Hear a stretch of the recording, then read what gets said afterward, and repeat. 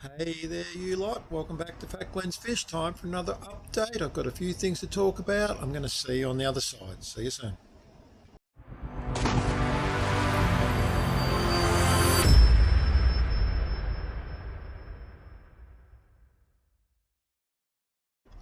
So, the first thing I'm going to have a yak about is my stalled out Daphnia project from a couple of years ago. I tried pretty hard to get this running well and did get it running well a couple of years back.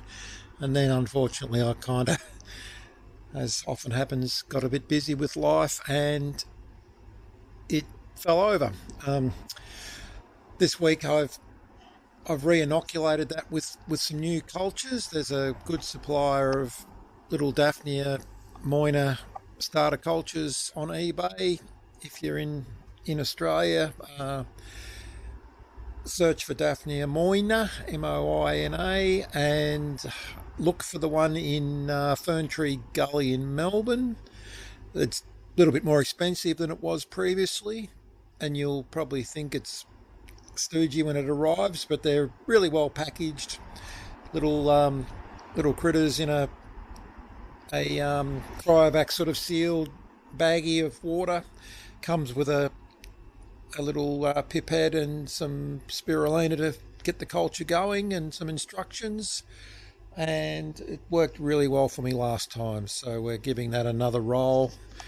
I've got to leave it alone for a week or two, like feed it and just agitate it every so often with stirring up some sediment and sort of propagating the theories that I'm working on as to how to get it running well. But I will hopefully show you some harvesting of that in the coming updates. Now, inside the fish room this week I did some work along my Tanganyikan rack, and it's probably not going to be great filming because these are species only tanks, and because Tanganyikans can sulk a bit when you work on them, I doubt if we'll even see a fish. What I did do in this first 3x18 was a reconnaissance. As you've probably seen in my videos, oftentimes the glass gets out of control with algae, and I'm happy to let that roll because I know that that's keeping my water pretty pristine, and the fish are quite happy to have the seclusion. What was in this tank was a group of Julidochromis Mark Smithi and some standard Brachardi princess cichlid, the Neolampologus, and I kind of dropped them all in together a while back just to do a little experiment to see whether I could breed both species in one tank and get better yield from that real estate. And the answer was a big no. I pulled the tank apart the other day, and out of the 5 Brachardi I put in there, I only found 3, so they obviously had a bit of a box on, and I did produce 1 juvenile. Of the Julidochromis Mark Smithi, my 5 fish are all still in there, and I did have 5 juveniles in there, so both species did breed, but obviously not at viable yields. So I've taken the Brachardi out and left the Mark Smithi behind because they're a beautiful fish and I would love to produce some good numbers. I did some work here on my Chelonochromis Nadobi tank. These are a really interesting bottom-dwelling Tanganyikan cichlid, and unfortunately, all I did in here was I wanted to do a big water change and sort of get a bit of circulation through the sediment, because there was a couple of piles of sediment that had gone a little bit anoxic, or you could see the gas coming out of that sand occasionally when you came past. Anyway, I've done a big water change and I've upset my juveniles, and all the little bubbies have dropped, unfortunately. So that's one of our breeders there. I've got 4 or 5 Brichardi in here, and unfortunately, although I've been trying to identify a leak in the shed for about 6 months, there's been this green spot on the floor, and every time I got down here I could never see a drip anywhere, but we now know it's definitely this tank because the water level's gone down about 1 centimetre from yesterday. So I've got a leak that's either up high, because this tank never goes much lower than what it is now, or if the leak is down low, it must be very fine, and once the head pressure drops out, it's not continuing to leak. Anyway, giant pain in the arse. I've got to go back to my technique from my how to fix a leaky tank video, and I've got to pull all that substrate and habitat out to seal up the recork all the inside, which is, it's an annoying job. This tank I am desperately keen to get into. That fish there is a Limnochromis auritus. I've got 4 of these in this tank, which I know there is an active pair involved. There's definitely been a fish holding, and every time I try and divide the tank, they all run into a clump together and I can never identify the pair. But the reason I've scratched this little porthole window to look into the tank is that this creature here in front was going ballistic the other day.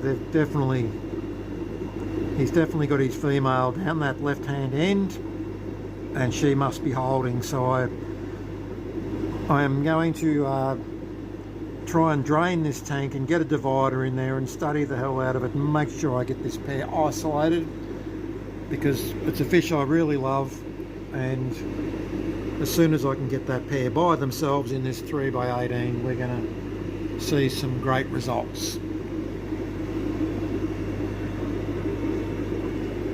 3 or 4 days ago I got into the tomato tank, as I call it, primarily because that's the species that I normally produce the most of. Haplochromis species 35 tomato, a Lake Victorian, and we did produce a gaggle of these.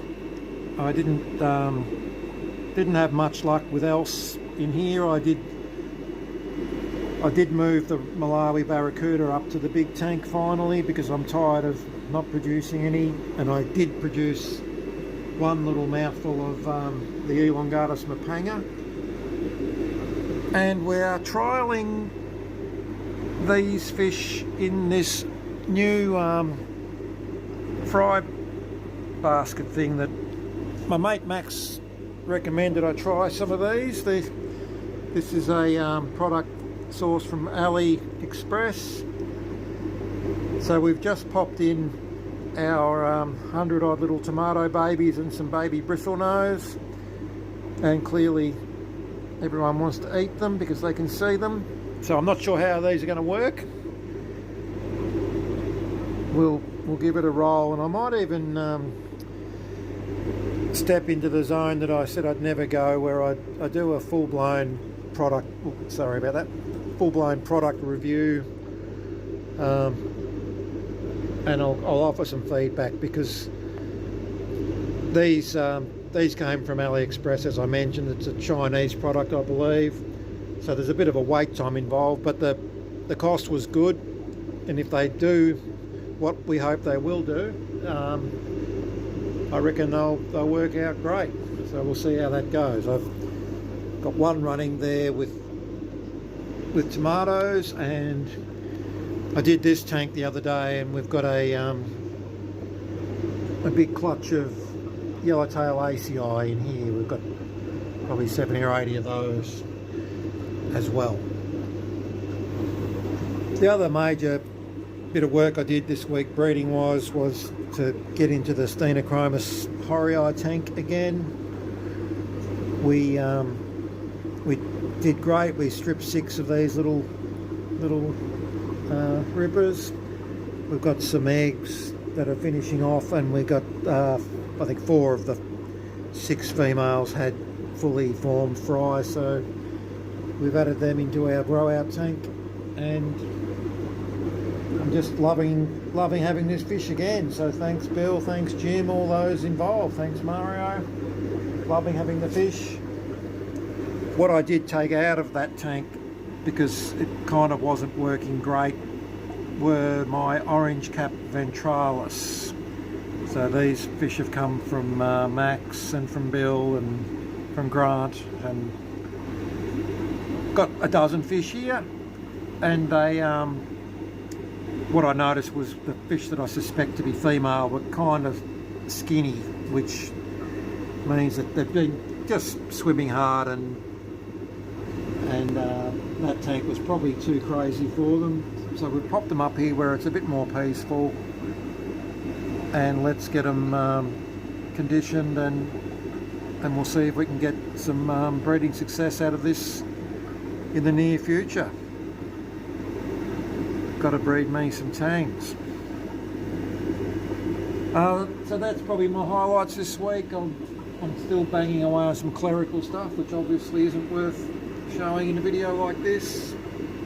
But yeah, bred some more fishies, and did some what do we call it? Some comfort shopping. Got some stuff coming in the mail, so that was good fun.